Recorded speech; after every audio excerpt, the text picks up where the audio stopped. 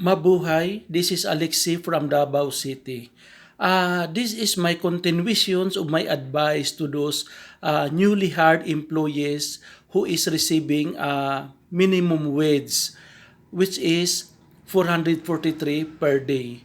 After receiving your salaries, please avoid buying something or buying unnecessary things. You should priority your bills like light bill, water bill. When you buy something, priority your food, rice, anything basic needs. Avoid material things that like cellphone. Kung dili pa importante, ayaw usa. Do not buy something na pag-glamour-glamour lang. Please, you should know your priorities para dili mo maglisod. Stop being materialistic. O gini nga mga tao or especially young people of today, mahilig sa material na bagay.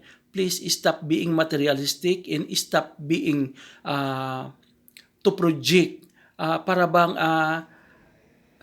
like social climber, wag, do not do that. Please priority your expenses.